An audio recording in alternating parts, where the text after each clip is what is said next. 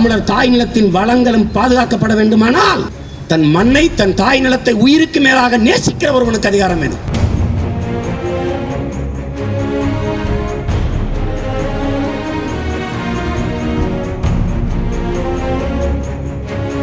தமிழர் தாய் நிலத்தின் வளங்களும் பாதுகாக்கப்பட வேண்டுமானால் தன் மண்ணை, தன் தாய் நிலத்தை உயிருக்கு மேலாக நேசிக்கிற ஒருவனுக்கு அதிகாரம் வேணும்.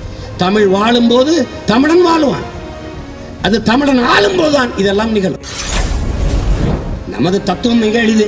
யாரும் வாங்க வாழுங்க, நாங்க தான் எங்க நாட்டை ஆளுவோம். இதுதான் எங்க தத்துவ முடிவு. இது ஏற்கிறவன் ஏற்கலாம், எதிர்க்கிறவன் எதிர்த்து கொண்டே இருக்கலாம்.